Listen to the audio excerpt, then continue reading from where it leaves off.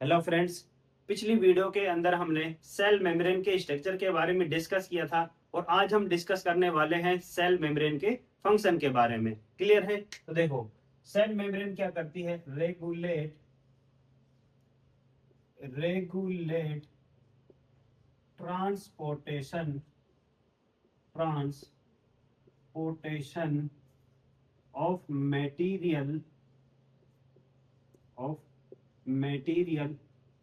इन और out of cell.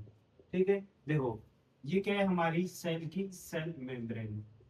ये हमारी सेल की सेल मेम्ब्रेन। अब देखो, कोई मटेरियल सेल के अंदर प्रेजेंट है, ठीक है, वो सेल से बाहर आना चाहता है। क्लियर है? अब देखो, या कोई मटेरियल सेल के बाहर प्रेजेंट है और वो उसको क्या करना है? सेल के अंदर जाना है। अब देखो, अगर हमारी सेल मेम्ब्रेन अलाउ करेगी तभी ये मटेरियल सेल से बाहर जा पाएगा, और अगर हमारी सेल अलाउ करेगी तभी ये मटेरियल बाहर से अंदर जा पाएगा। ठीक है, तो कोई भी मटेरियल सेल के बाहर आए या सेल से बाहर जाए, इसको रेगुलेट करने का काम कौन करती है? हमारी सेल मेम्ब्रेन। जैसे किसी भी कंट्री की जो बॉर्डर होती है वो डिसाइड करते हैं कि क्या चीज अंदर आएगी, क्या चीज बाहर जाएगी। ठीक है, सेम उसी तरीके से हमारी जो सेल की जो सेल मेम्ब्रेन है, वो सेल की बाउंड्री होती है, सॉरी बॉर्डर होती है, जो डिसाइड करती है कि क्या चीज अंदर आएगी और क्या चीज बाहर जाएगी। ठीक है, और जो हमारी सेल मेम्ब्रेन है, इसके कुछ अदर फंक्शंस भी हैं, लेकिन सेल मेम्ब्रेन का जो मेन फंक्शन है वो यही है कि मटेरियल के ट्रांसपोर्टेशन को क्या करेगी? रेगुलेट करेगी। क्लियर है? तो ये क्या है? हमारी सेल मेम्ब्रेन का मेन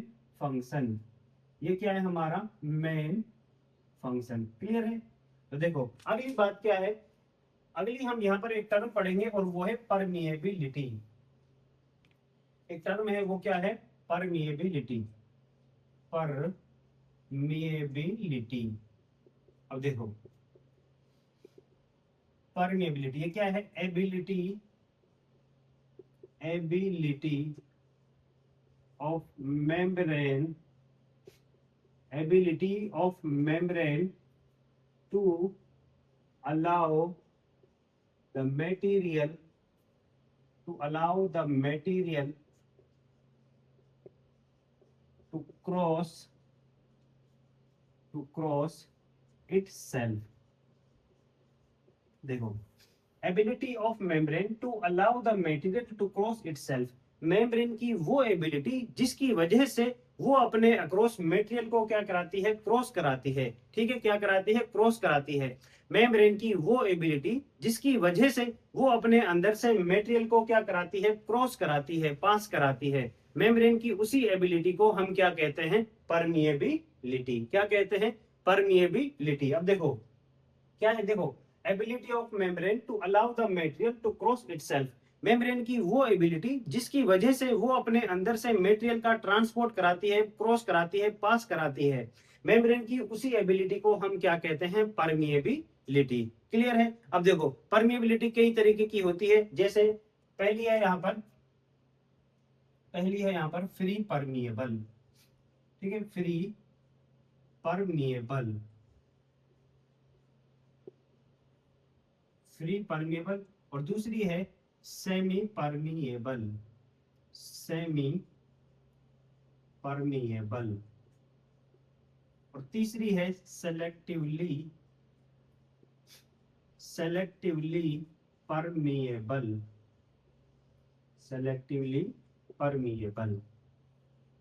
अब देखो, मेम्ब्रेन की अलग अलग परमिएबिलिटी होती है। देखो, पर फ्री परमिएबल क्या है? वो मेम्ब्रेन जो क्या करे? सोल्यूट और सोलेंट दोनों को क्रॉस कराए। इससे पहले आप एक बात देखो, हम यहाँ पर जो परमिएबिलिटी के जो टाइप पढ़ रहे हैं वो पढ़ रहे हैं हम सोल्यूट और सोलेंट के रेफरेंस के बेसिस पर। ठीक है, कौन सी मेम्ब्रेन सोल्यूट को क्रॉस कराएगी, कौन सी मेम्ब्रेन सोलेंट को क्रॉस कराएगी, कौन सी मेम्ब्रेन दोनों को क्रॉस कराएगी। ठीक है, तो हम यहाँ पर जो ये टाइप पढ़ रहे हैं, ये पढ़ रहे हैं हम सोल्यूट और सोलेंट के रेफरेंस के बेसिस पर। ठीक है, अब देखो, फ्री परमिएबल क्या है? ऐसी मेम्ब्रेन जिसके अंदर सोल्यूट को क्रॉस किया जाए और सोल्यूट के साथ साथ सोलवेंट को भी क्या किया जाए? क्रॉस किया जाए। ठीक है, ऐसी मेम्ब्रेन जिसके अंदर सोल्यूट और सोलवेंट दोनों को क्या किया जाए? क्रॉस किया जाए, ऐसी मेम्ब्रेन को हम क्या कहते हैं? Free permeable. जैसे हमारी जो सेल वॉल है, ना वो सोल्वेंट को रोकती है ना वो सोल्यूट को रोकती है। ठीक है, सभी का क्या कराती है? ट्रांसपोर्ट कराती है, कोई रोक टोक नहीं करती। तो जो तो जो हमारी सेल वॉल है वो क्या है, एक फ्री परमिएबल मेम्ब्रेन है। क्लियर है। अगली बात देखो, सेमी परमिएबल। सेमी परमिएबल के अंदर क्या है, ऐसी मेम्ब्रेन जो सोलवेंट को क्रॉस कराए लेकिन सोल्यूट का क्रॉस ना कराए। ठीक है, वो मेम्ब्रेन जो सोलवेंट का क्रॉस कराए लेकिन सोल्यूट का क्रॉस ना कराए, ऐसी मेम्ब्रेन को हम क्या कहते हैं, सेमी परमिएबल।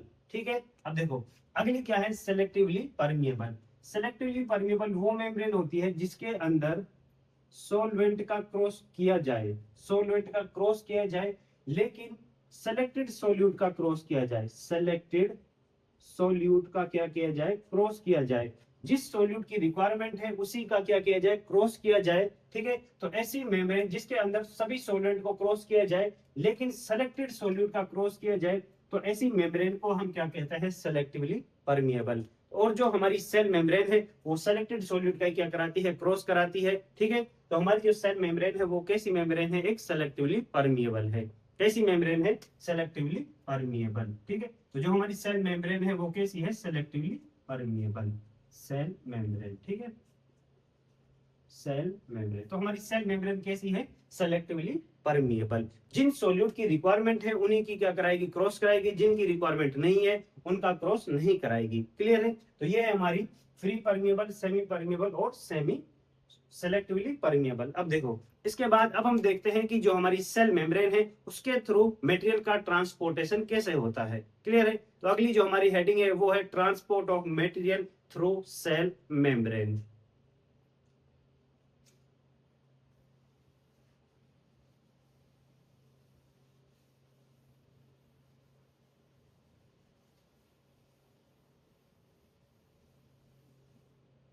देखो अब जो हमारी हेडिंग है वो क्या है,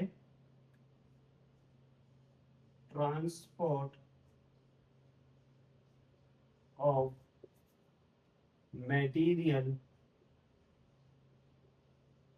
through cell membrane, cell membrane.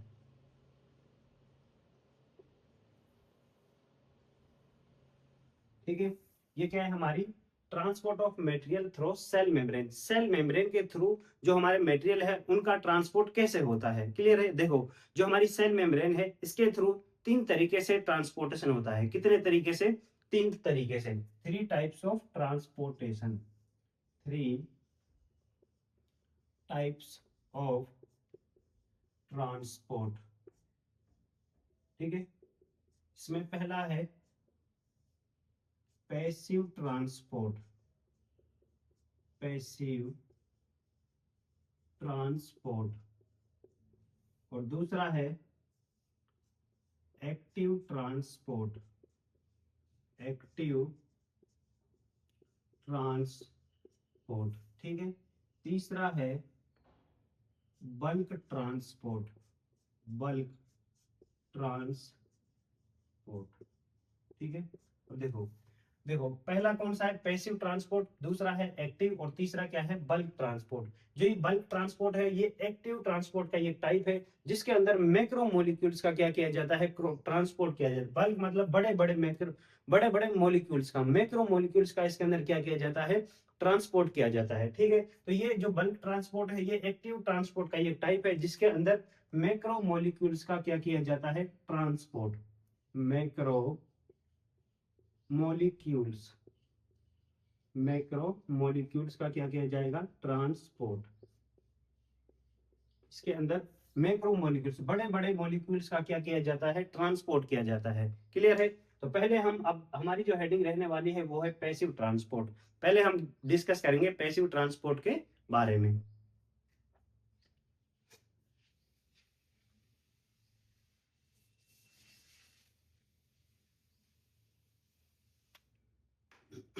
देखो पहली हमारी जो हेडिंग है वो क्या है, पैसिव ट्रांसपोर्ट,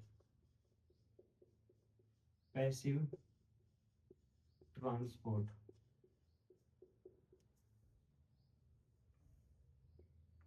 देखो पैसिव ट्रांसपोर्ट क्या है, many many molecules can move can move across the membrane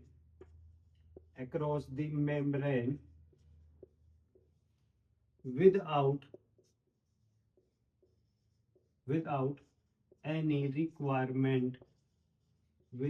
any requirement of energy is called passive transport.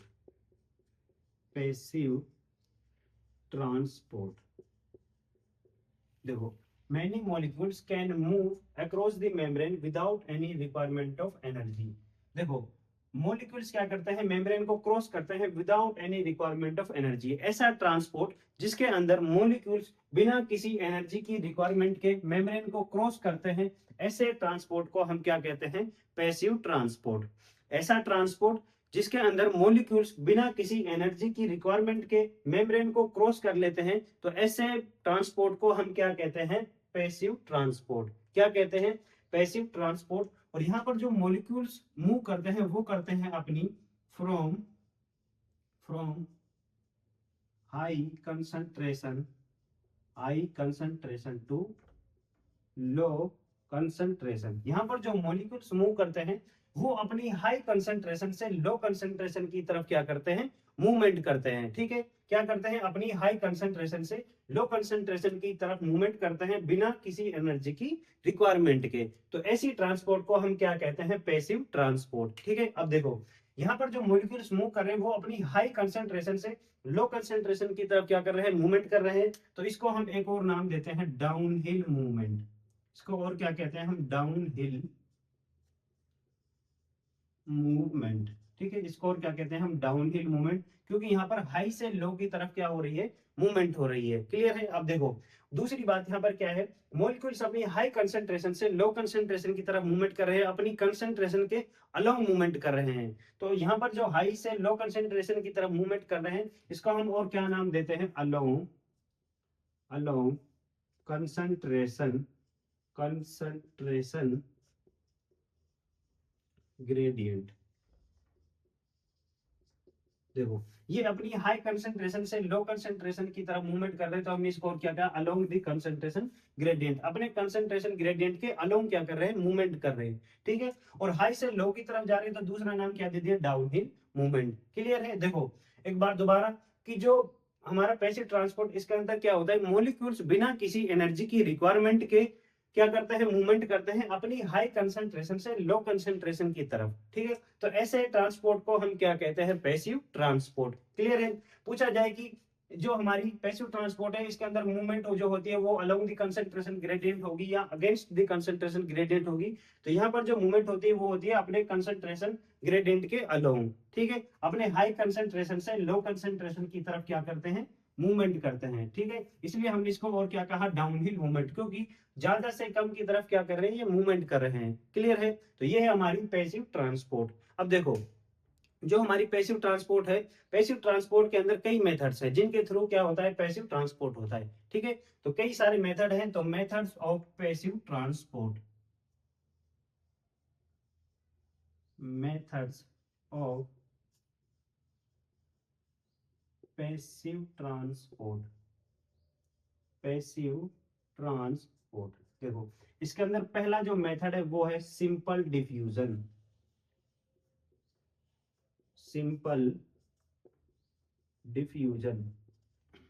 और दूसरा है यहां पर फैसिलिटेटेड डिफ्यूजन.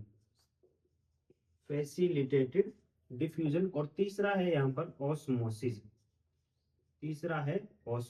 ठीक है, तो ये तीन मेथड है जिनके थ्रू हमारा पैसिव ट्रांसपोर्ट क्या है, होता है. ठीक है, तो देखो एक बार जो पैसिव ट्रांसपोर्ट है, यहाँ पर विदाउट एनी रिक्वायरमेंट कोई एनर्जी का यूज नहीं होता, अपनी हाई कंसंट्रेशन से लो कंसंट्रेशन की तरफ क्या करते हैं, मूवमेंट करते हैं. डाउन हिल मूवमेंट है, अलोंग द कंसंट्रेशन ग्रेडियंट क्या करते हैं, मूव करते हैं. क्लियर है. तो देखो अब हम पैसिव ट्रांसपोर्ट के मेथड्स कितने हैं, तीन है, सिंपल डिफ्यूजन, फैसिलिटेटेड डिफ्यूजन और ऑस्मोसिस. पहले हम बात करते हैं अब सिंपल डिफ्यूजन के बारे में. पैसिव ट्रांसपोर्ट के अंदर जो पहला मेथड है वो कौन सा है, सिंपल डिफ्यूजन.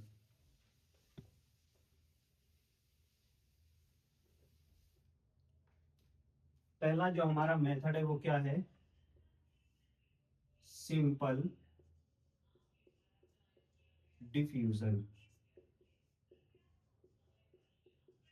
सिंपल डिफ्यूजन, देखो मान के चलो यहाँ पर बहुत सारे न्यूट्रल मॉलिक्यूल्स हैं, यहाँ पर ये क्या है हमारे न्यूट्रल मॉलिक्यूल्स, ये है हमारे न्यूट्रल मॉलिक्यूल्स, ठीक है।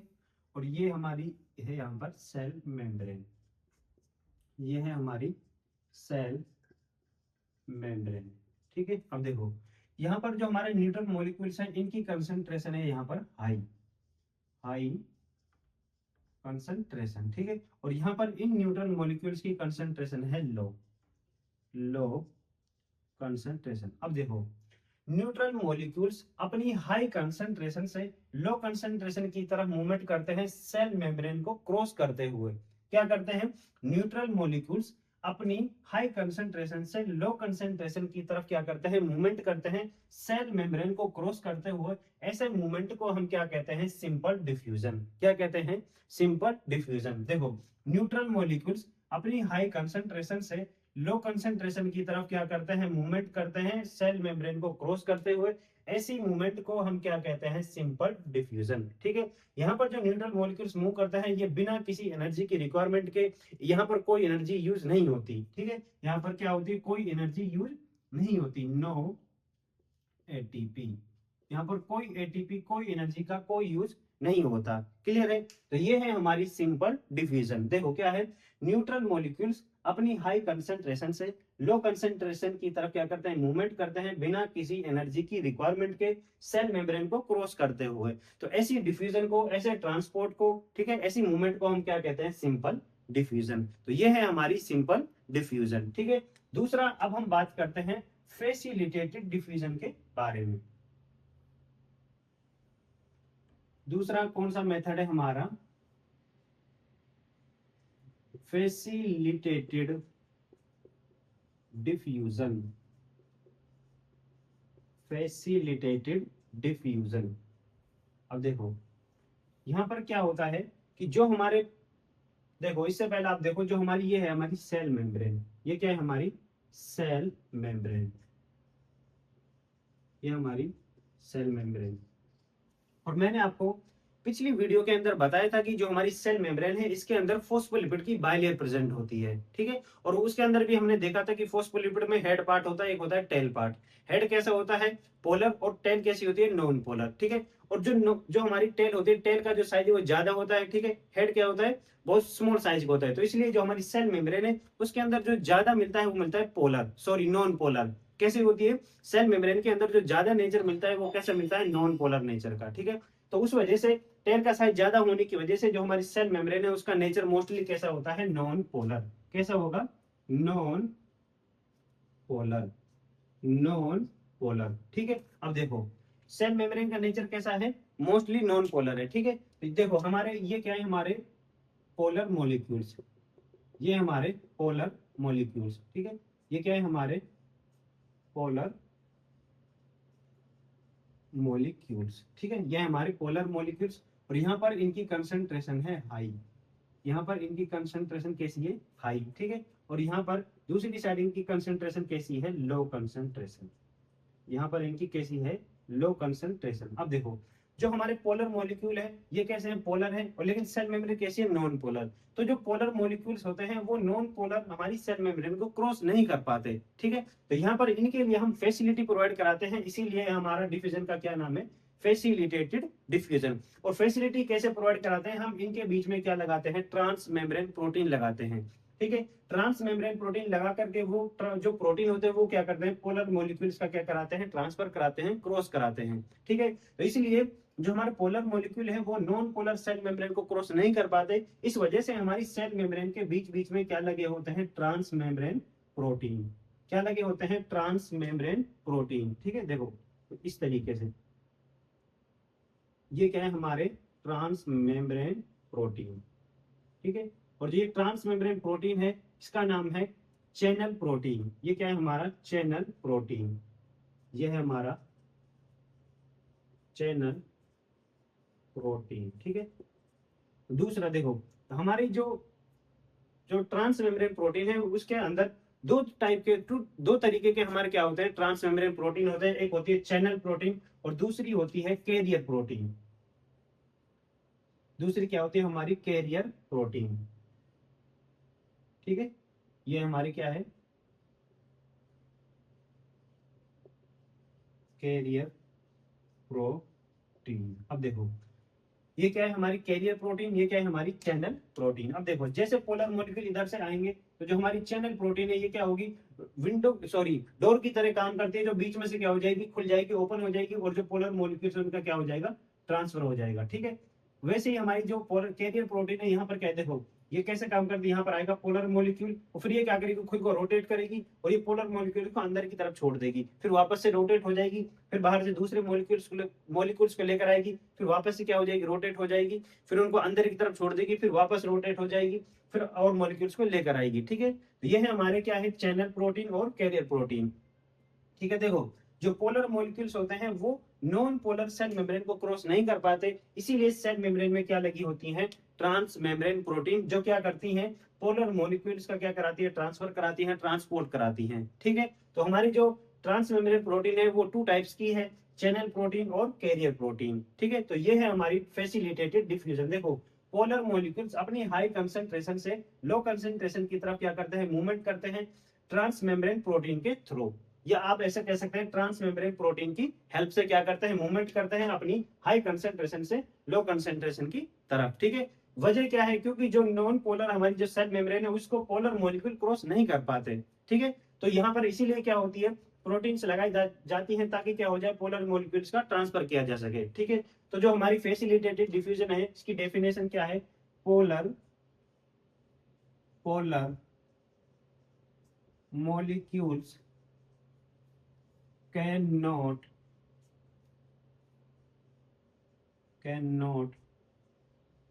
pass through non-polar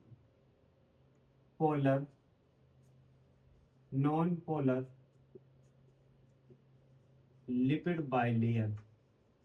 देखो, जो पोलर मॉलिक्यूल होते हैं वो नॉन पोलर लिपिड बाइलेयर को पास नहीं कर पाते, ठीक है। दे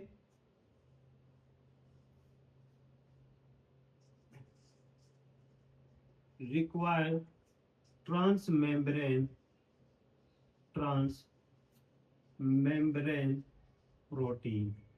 इनको किसकी रिक्वायरमेंट होती है, ट्रांस मेम्ब्रेन प्रोटीन की। देखो, polar molecules can not pass through non polar lipid bilayer. Polar molecules non polar lipid bilayer को पास नहीं कर पाते, इनको पास कराने के लिए किसकी रिक्वायरमेंट होती है, ट्रांस मेम्ब्रेन प्रोटीन की, ठीक है। और देखो, जो हमारी ट्रांस मेम्ब्रेन प्रोटीन है, ट्रांस मेम्ब्रेन प्रोटीन, देखो, जो हमारी ट्रांस मेम्ब्रेन प्रोटीन है वो टू टाइप्स की है। कितने टाइप की, टू टाइप्स की, ठीक है।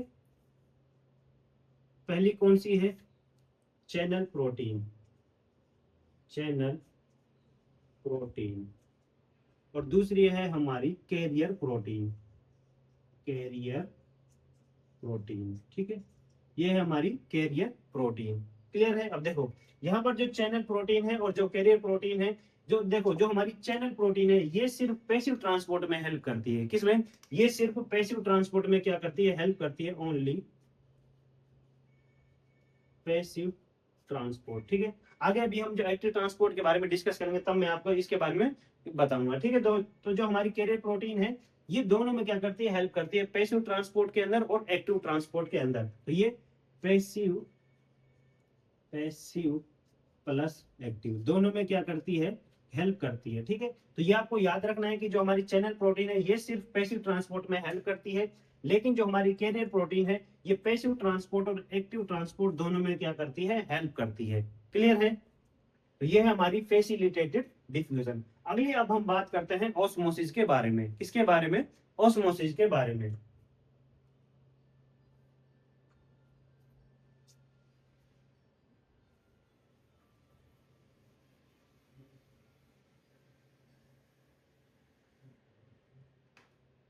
देखो, अब ये क्या है हमारी ऑस्मोसिस, ऑस्मोसिस, देखो ऑस्मोसिस में क्या है, मान के चलो ये क्या है हमारे वाटर मॉलिक्यूल्स, ये क्या है हमारे वाटर मॉलिक्यूल्स, वाटर मॉलिक्यूल्स, ठीक है। और यहाँ पर इनकी कंसंट्रेशन है हाई, हाई कंसंट्रेशन। और यहाँ पर ये लगी हुई है हमारी सेल मेम्ब्रेन, ठीक है। और यहाँ पर वाटर मॉलिक्यूल्स की कंसंट्रेशन है लो, लो कंसंट्रेशन, ठीक है। अब देखो जो वाटर मॉलिक्यूल्स क्या होते हैं, पोलर, ठीक है। कैसे होते हैं, पोलर, और वाटर सोल्यूबल होते हैं। लेकिन जो हमारी सेल मेम्ब्रेन है वो कैसी है, लिपिड सोल्यूबल है, ठीक है, लिपिड सोल्यूबल है और नॉन पोलर नेचर की है। तो जो हमारे वाटर मॉलिक्यूल है ये भी सेल मेम्ब्रेन को क्रॉस नहीं कर पाते, क्योंकि ये, ठीक है, ये कैसे हैं, वाटर सोल्यूबल है तो है ये, इसके साथ कैसे, नॉन सॉरी पोलर के, कैसे हैं, पोलर नेचर के हैं, कैसे हैं, पोलर मॉलिक्यूल्स, ये कैसे हैं, पोलर मॉलिक्यूल्स, ठीक है। और जो हमारी सेल मेम्ब्रेन है वो कैसी है, नॉन पोलर, नॉन पोलर। देखो जो वाटर मॉलिक्यूल्स हैं ये कैसे हैं, पोलर मॉलिक्यूल्स, और सेल मेम्ब्रेन कैसी है, नॉन पोलर। तो वाटर मॉलिक्यूल्स भी सेल मेम्ब्रेन को क्रॉस नहीं कर पाते, ठीक है। तो यहाँ पर भी वाटर मॉलिक्यूल्स को क्रॉस कराने के लिए एक अलग टाइप की ट्रांस मेम्ब्रेन प्रोटीन होती है, जिसका क्या नाम है, एक्वापोरिन्स। यहाँ पर क्या लगी होती है हमारी, एक्वापोरिन ट्रांस मेम्ब्रेन प्रोटीन, जो क्या करती है, वाटर मॉलिक्यूल्स का क्या कराती है, ट्रांसफर कराती है। ये क्या है हमारी एक्वा प्रोटीन,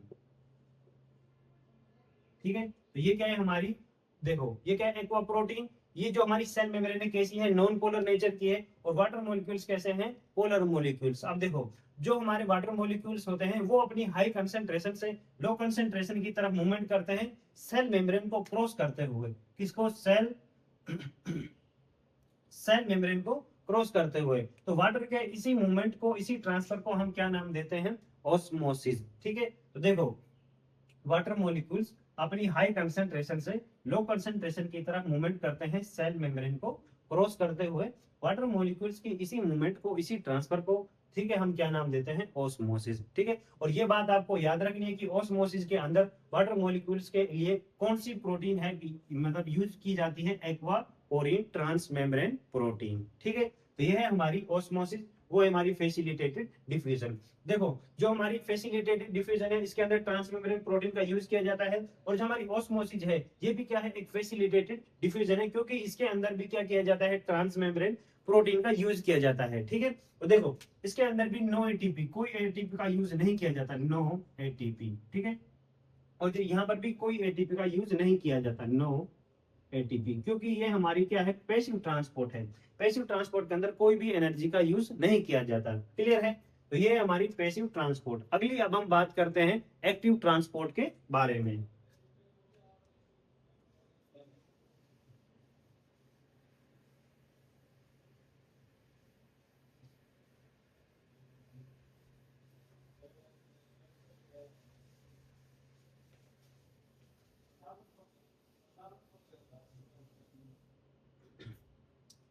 अगली क्या है हमारी,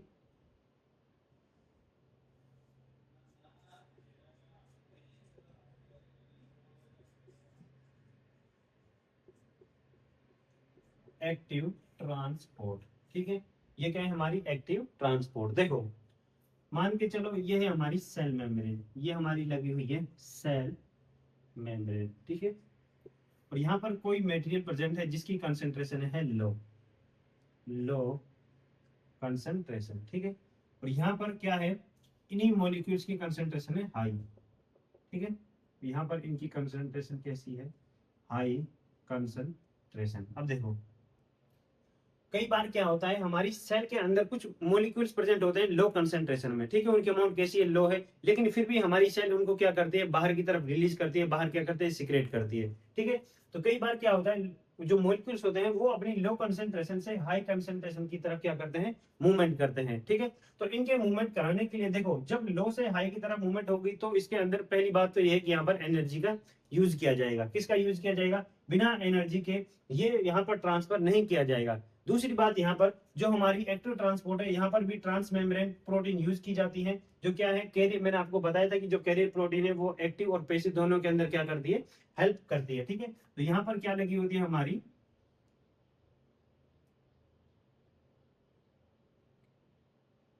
ये लगी हुई है हमारी कैरियर प्रोटीन। अब देखो ये क्या करती है, अब मोलिक्यूल्स का क्या कराती है, लो कंसंट्रेशन से हाई कंसंट्रेशन जब ट्रांसपोर्ट होता है तो उसके अंदर क्या करती है, हेल्प करती है। ये क्या है हमारी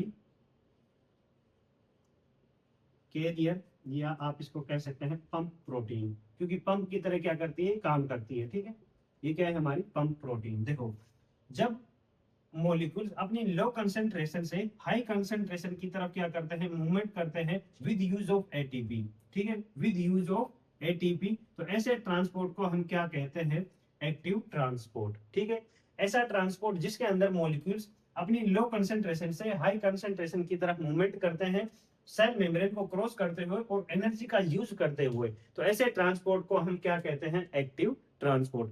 और दूसरी बात देखो यहाँ पर याद रखना है कि यहाँ पर बिना एटीपी के एक्टिव ट्रांसपोर्ट कभी नहीं होगा। जब भी एक्टिव ट्रांसपोर्ट होगा तो हमेशा उसके अंदर एनर्जी का यूज किया जाएगा, कैरियर प्रोटीन का यूज किया जाएगा, और यहाँ पर लो से हाई की तरफ क्या करते हैं, मूवमेंट करते हैं। ठीक है, तो हमारी जो एक्टिव ट्रांसपोर्ट क्या है, ऑलवेज ऑलवेज यूज एनर्जी। ठीक है, हमेशा इसके अंदर क्या किया जाएगा, एनर्जी का यूज किया जाएगा। ठीक है, और यहां पर जो मूवमेंट होगी वो कहां से कहां होगी, from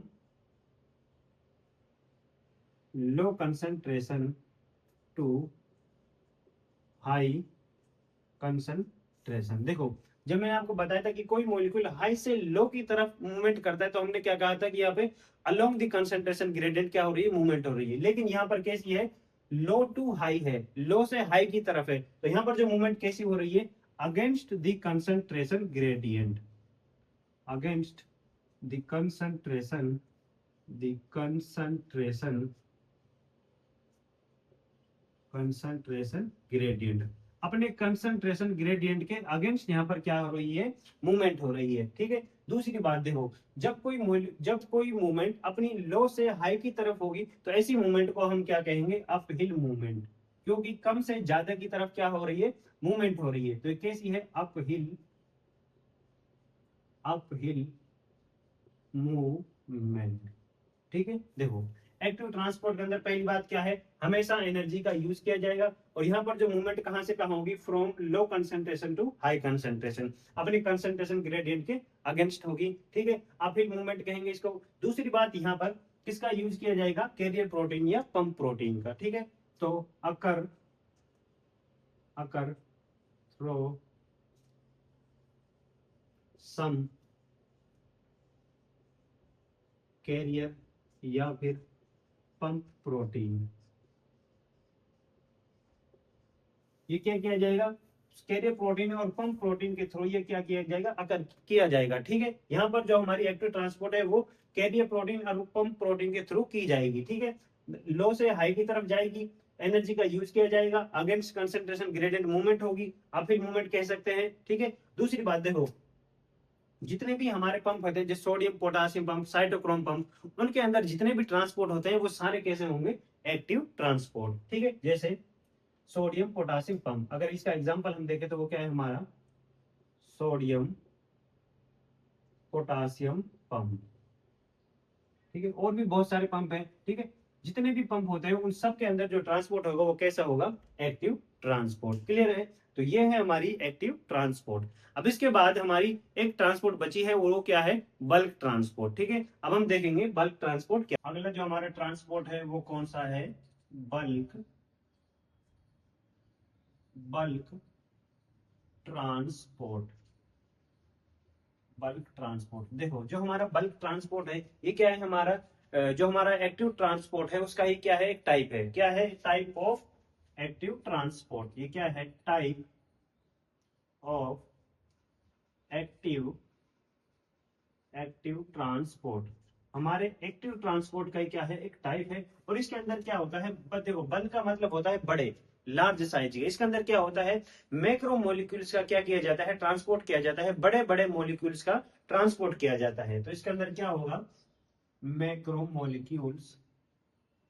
macro molecules transport, macro molecules का क्या किया जाएगा, इसके अंदर ट्रांसपोर्ट किया जाएगा। ठीक है, देखो मान के चलो ये हमारी कोई सेल है और ये क्या है उसके आउटर साइड सेल मेम्ब्रेन। ठीक है, ये हमारी क्या है कोई सेल है और ये क्या है इस सेल की सेल मेम्ब्रेन। ठीक है, अब देखो मान के चलो हमारा यहाँ पर कोई सॉलिड मैक्रो मॉलिक्यूल है, यहाँ पर क्या है कोई सॉलिड मैक्रो मॉलिक्यूल। अब इसका ट्रांसपोर्ट कराना है हमें सेल के अंदर। ठीक है, इसकी एंट्री कहाँ करानी है हमें, सेल के अंदर। अब ये क्या करेगा, देखो सबसे पहले ये आएगा सेल मेम्ब्रेन के पास। ठीक है, कहाँ आएगा, सेल मेम्ब्रेन के पास। जैसे ही ये सेल मेम्ब्रेन के पास आएगा, जो हमारी यहाँ पर जो सेल मेम्ब्रेन है ये अंदर की तरफ क्या हो जाएगी, इनवेजिनेट हो जाएगी। इनवेजिनेट होकर यहाँ पर क्या बना लेगी, कप लाइक स्ट्रक्चर। क्या बना लेगी, कप लाइक स्ट्रक्चर। और फिर जो ये कप लाइक स्ट्रक्चर है ये अपने अंदर इस सॉलिड पार्टिकल को क्या करेगी, स्टोर करेगी और क्या करेगी, यहाँ से टूटकर अलग हो जाएगी और क्या बना लेगी, वेसिकल। क्या बना लेगी, वेसिकल। और यहाँ से जो हमारी सेल मेम्ब्रेन है ये वापस से क्या कर लेगी, रीजनरेट कर लेगी, रिफॉर्मेशन कर लेगी और वापस से यहाँ से दूसरी सेल मेम्ब्रेन बना लेगी। ठीक है, अब देखो ये जो कपलाइक स्ट्रक्चर है इसने क्या बना ली, वेसिकल, और अंदर किसको स्टोर कर लिया, सॉलिड पार्टिकल को। अब कोई भी ऐसी वेसिकल जो अपने अंदर सॉलिड पार्टिकल को स्टोर करे उसको हम कहते हैं फेगोसोम। फेगोसोम, क्या कहते हैं, फेगोसोम। ठीक है, अब देखो जब सॉलिड पार्टिकल सेल के अंदर इंटर करता है, सेल के अंदर ट्रांसपोर्ट करता है, तो ऐसे ट्रांसपोर्ट को हम कहते हैं फेगोसाइटोसिस। क्या कहते हैं हम, फेगोसाइटोसिस, या आप इसको कह सकते हैं और सेल ईटिंग। आप इसको क्या कह सकते हैं, सेल ईटिंग या फेगोसाइटोसिस। ठीक है, तो जो हमारा सॉलिड पार्टिकल है, सॉलिड मैक्रोमोलिक्यूल है, वो कुछ इस तरीके से क्या करता है, सेल के अंदर इंटर करता है। ठीक है, अब मान के चलो हमारे यहाँ पर क्या है, लिक्विड मैक्रोमोलिक्यूल्स। क्या है, लिक्विड मैक्रोमोलिक्यूल्स। ये क्या है, हमारे लिक्विड पार्टिकल्स। ठीक है, अब इनको भी क्या करना है, सेल के अंदर इंटर करना है, तो ये भी ऐसे क्या करेंगे, सेल मेम्ब्रेन के पास आएंगे। ठीक है, और जो हमारी सेल मेम्ब्रेन है वो क्या हो जाएगी, इन्वेजिनेट हो जाएगी और क्या बना लेगी, कप लाइक स्ट्रक्चर। ठीक है, फिर ये जो कप लाइक स्ट्रक्चर है ये क्या हो जाएगी, टूटकर अलग हो जाएगी और क्या बना लेगी, वेसिकल बना लेगी और अपने अंदर इन लिक्विड पार्टिकल्स को क्या कर लेगी, स्टोर कर लेगी। और जो हमारी सेल मेम्ब्रेन है वो वापस से रिफॉर्मेशन करके अपना यहाँ पर क्या कर लेगी, वापस से सेल मेम्ब्रेन बना लेगी। ठीक है, अब देखो कोई भी ऐसी वेसिकल जो अपने अंदर लिक्विड पार्टिकल को स्टोर करे उसको हम कहते हैं पिनोसोम। उसको हम क्या कहते हैं, पिनोसोम। ठीक है, ये हमारी क्या होगी, पिनोसोम। और जब लिक्विड पार्टिकल सेल के अंदर ट्रांसपोर्ट करता है, सेल के अंदर एंटर करता है, तो इसको हम क्या कहते हैं, पिनोसाइटोसिस। पिनोसाइटोसिस, या आप इसको क्या कह सकते हैं, सेल ड्रिंकिंग। Cell drinking. ठीक है, तो ये क्या है हमारी फेगोसाइटोसिस और पिनोसाइटोसिस। देखो दोनों ही क्या है, हमारी एंडोसाइटोसिस है। एंडोसाइटोसिस मतलब जब कोई मटेरियल सेल के अंदर इंटर करता है, सेल के अंदर ट्रांसपोर्ट करता है, तो उसको हम क्या कहते हैं, एंडोसाइटोसिस। तो हमारे यहाँ पर जो एंडोसाइटोसिस है वो कितने टाइप के हैं, हमने पढ़े यहाँ पर 2 टाइप्स के। पहला कौन सा है, फेगोसाइटोसिस, और दूसरा कौन सा है, पिनोसाइटोसिस। ठीक है, तो हमारी यहाँ पर जो एंडोसाइटोसिस है, एंडो एंडोसाइटोसिस, ये कितने टाइप की है, 2 टाइप्स की। 2 टाइप्स, जिसमें पहला है फेगोसाइटोसिस। फेगोसाइटोसिस, और दूसरा है यहाँ पर पिनोसाइटोसिस। पिनोसाइटोसिस, क्लियर है। तो ये हमारी एंडोसाइटोसिस 2 टाइप्स की होती है, फेगोसाइटोसिस और पिनोसाइटोसिस। ठीक है, अब देखो मान के चलो हमारे यहाँ पर कोई पार्टिकल है, ठीक है, चाहे सॉलिड हो चाहे लिक्विड हो। अब इसको क्या करना है, सेल के बाहर ट्रांसपोर्ट करना है। ठीक है, सेल से बाहर क्या करना है, एग्जिट करना है। ठीक है, अब ये क्या करेगा, देखो ये क्या करेगा, सेल मेम्ब्रेन के पास जाएगा और सेल मेम्ब्रेन से क्या करेगा, फ्यूज कर लेगा। ठीक है, अब फ्यूज कर जिस वेसिकल के अंदर ये स्टोर है वो वेसिकल सेल मेम्ब्रेन के साथ फ्यूज कर लेगी और यहाँ पर क्या बना लेगी, कप लाइक स्ट्रक्चर। ठीक है, और जैसे कप लाइक स्ट्रक्चर बनाएगी, फिर जो इसके अंदर जो मेटेरियल प्रेजेंट है उसको क्या कर देगी, बाहर रिलीज कर देगी, बाहर क्या कर देगी, सेक्रेट कर देगी। ठीक है, देखो जब सेल से कोई मटेरियल सेल से बाहर रिलीज करता है, सेल से बाहर एग्जिट करता है, तो इस प्रोसेस को, इस ट्रांसपोर्ट को हम क्या कहते हैं, एक्सोसाइटोसिस। क्या कहते हैं, एक्सोसाइटोसिस, या आप इसको कह सकते हैं सेल वोमिटिंग। हमारी सेल के अंदर बहुत सारी चीजें बढ़ती है, जैसे हार्मोन वगैरह, वो सब क्या होते हैं, कुछ इसी तरीके से क्या होते हैं, सेल से बाहर एग्जिट करते हैं। ठीक है, तो ये हमारी बल्क ट्रांसपोर्ट। हमने इसके अंदर क्या पढ़ा, एंडोसाइटोसिस, 2 टाइप्स की है, फेगोसाइटोसिस और पिनोसाइटोसिस। दूसरी हमने इसके अंदर क्या पढ़ी, एक्सोसाइटोसिस।